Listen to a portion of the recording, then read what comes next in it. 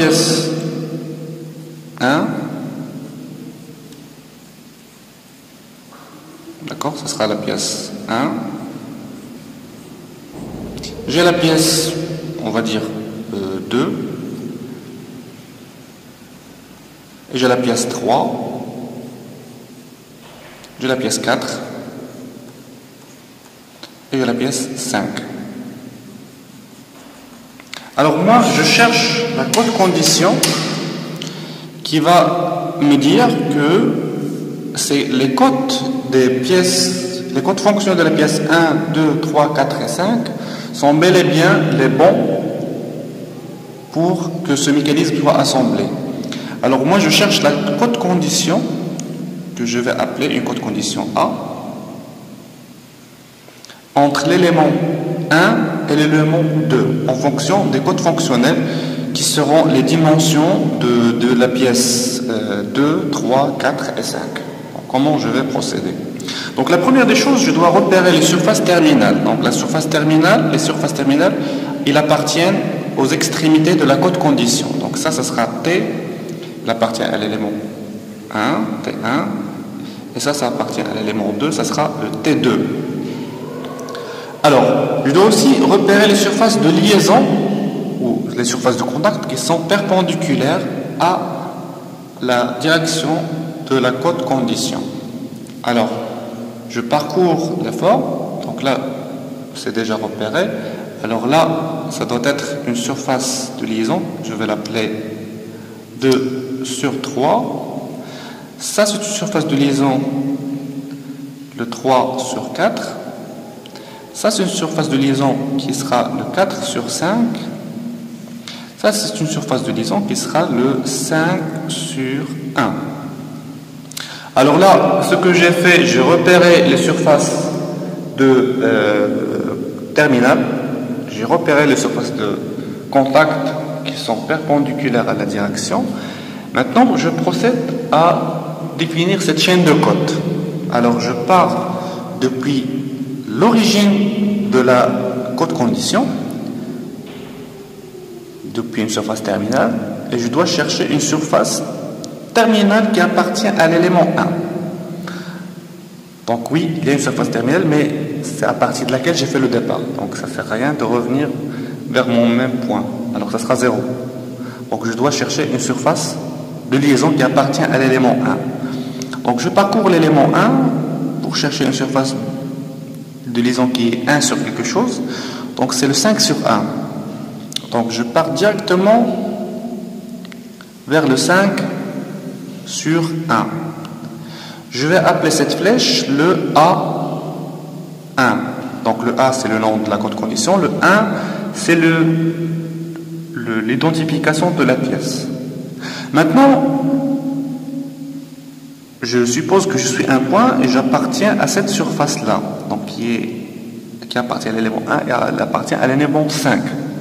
Donc mon point d'arrivée, donc j'arrive depuis l'élément 1, et je dois sortir de l'élément 5. Donc je suis entre l'élément 5 et l'élément 1. Donc ça ne sert à rien de revenir vers l'élément 1. Je suis sur l'élément 5 et je dois partir à un autre point. Donc je dois chercher sur l'élément 5 une surface terminale. Si je ne trouve pas une surface terminale sur l'élément 5, alors je dois chercher une surface de liaison. Donc je cherche une surface qui est nommée 5 sur quelque chose. Donc c'est automatiquement le 4 sur 5. C'est A5. Alors là,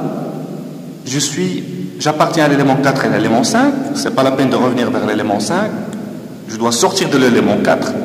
Alors je dois chercher une surface terminale qui appartient à l'élément 4. Donc il n'y a pas une surface terminale sur l'élément 4. Alors je dois chercher une surface de liaison qui est 4 sur quelque chose. Alors c'est automatiquement le 3 sur 4. Donc je pars vers l'élément 3. Je vais appeler cette flèche le A4. Pareil, je suis sur l'élément 3, je dois en sortir en cherchant une surface terminale. Il n'y en a pas sur l'élément 3, alors je dois partir vers une surface de liaison. Donc 3 sur quelque chose, c'est le 3 sur 2. Je vais nommer cette flèche A3. Maintenant, j'appartiens à cette surface 2 sur 1 qui est entre le 2 et le 3. Donc, je proviens de l'élément 3 et je dois sortir de l'élément 2. Alors, je dois chercher une surface terminale sur l'élément 2. Je cherche T2, oui, bel et bien T2. Alors, c'est pas la peine de chercher une surface de liaison. Alors, lorsque je trouve une surface terminale, là, j'ai terminé ma mission. Je vais l'appeler A2. Donc, la boucle est bouclée. Donc, alors, pour faire sortir l'équation, comme nous avons déjà dit, la valeur, c'est la cote condition A, elle est égale aux vecteurs, aux valeurs qui sont orientées dans la même direction que la cote condition. Donc je cherche les vecteurs qui sont orientés dans la même direction, c'est le A1, moins les vecteurs qui sont dans la direction opposée. Donc tout ce qui est avec direction opposée sera orienté avec un moins. Donc moins A2, moins A3, moins A4, moins A5. Et comme ça, j'ai mon équation de la cote condition en fonction des cotes fonctionnelles. Alors, si je prends l'élément 5, donc sa cote fonctionnelle, c'est le A5 pour cet assemblage-là.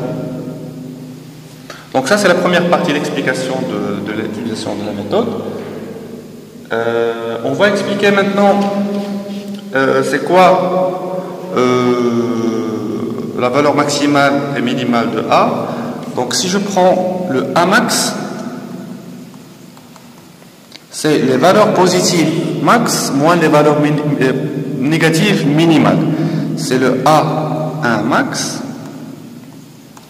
moins le A2 min moins le A3 min moins le A4 min moins le A5 minimal. Si je cherche le A minimal, c'est les valeurs positives en minimal, qui est le A1 minimal, moins les valeurs négatives en maximal, le A2 max, moins le A3 max, moins le A4 max, moins le A5 max. Alors, si je prends le A max moins le A min, ça va me donner l'intervalle de tolérance de A. Et avec une démonstration, je peux dire que l'intervalle de tolérance de A est égal à l'intervalle de tolérance de A1 plus l'intervalle de tolérance de A2 plus l'intervalle de tolérance du A3 plus l'intervalle de tolérance du A4 plus l'intervalle de tolérance du A5. Donc je vous laisse de faire la démonstration pour extraire cette formule. Donc ça, c'est pour les intervalles de tolérance et la valeur maximale et la valeur minimale.